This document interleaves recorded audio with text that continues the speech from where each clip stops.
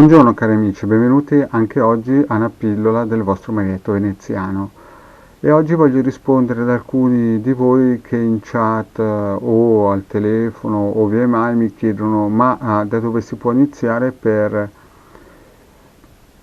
avvicinarsi al mondo dell'occultismo, all'esoterismo e della magia. Ebbene, uno dei primi libri che si potrebbe acquistare senza dubbio è Introduzione alle dottrine ermetiche di Franz Bardon, edito dalla edizione Venezia. Vedete?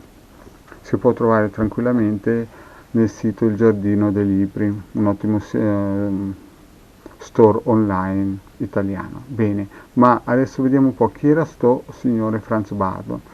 Di Franz Bardon non si sa moltissimo, si sa che era un radiostesista che insomma ai tempi la radiostesia non si chiamava così, si chiamava rapdomanzia, erano studiosi di erbe e quant'altro.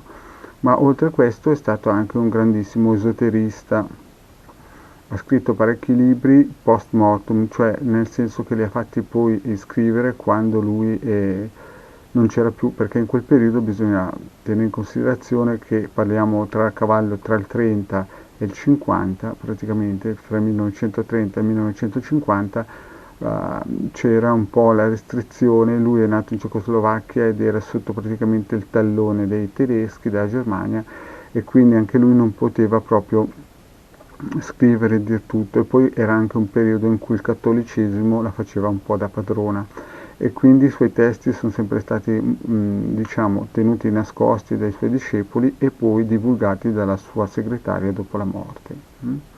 Diciamo che questo signore è stato praticamente il padre dell'ermetismo occidentale con le sue divulgazioni. In Germania era molto conosciuto già negli anni 50, a noi le traduzioni italiane sono arrivate circa dopo il 1990, più o meno, in forma anonima, e poi quella edizione Venezia, come dico, le ha stampate. Forte la sua trilogia di introduzione alle dottrine ermetiche 1, 2 e 3. Quindi chi vuole iniziare può iniziare con questo libro, che è un libro molto importante. Bisogna tenere in considerazione che Franz Bardon, quando scriveva in un periodo post-guerra praticamente, e quindi molte cose le diceva e non le diceva in modo che se anche andassero in mano al nemico, chiaramente non potevano essere sfruttate se non dai suoi discepoli. Quindi, cari amici, se voi volete iniziare l'approccio all'ermetismo e all'esoterismo, questo libro ve lo consiglio, Introduzione alle dottrine ermetiche di Franz Bardon. Ricordiamoci che Franz Bardon è morto in un modo molto misterioso verso la fine degli anni 60, gli inizi degli anni 60, scusate, e la fine degli anni 60. È stato anche catturato, imprigionato dal Terzo Reich, dalle SS, però è sempre riuscito a vivere in questi campi di concentramento e a sfuggire. Nei paesi del Sud America i suoi insegnamenti vanno fortissimo, in Cecoslovacchia e in Germania anche, e in Italia incominciano a prendere piede. La prima volta che ho sentito nominare di questo signore è stato più o meno quando avevo 6-7 anni, e quindi più o meno 50 anni fa. Mi hanno parlato di questo signore e che avrei dovuto incontrarlo, cioè in altre parole io pensavo di incontrarlo, ma mi dicevano che dovevo studiare le sue parole.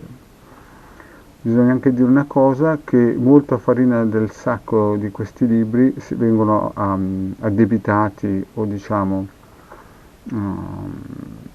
è come se le avesse lette lui, ma nell'esoterismo si sa anche che lui era anche un portavoce di un gruppo, no?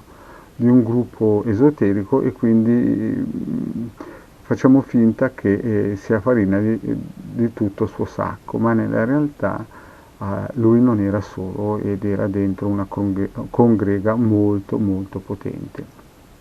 Cari amici, ecco, ho risposto a chi voleva informazioni come iniziare a entrare nel mondo dell'esoterismo in punta di piedi.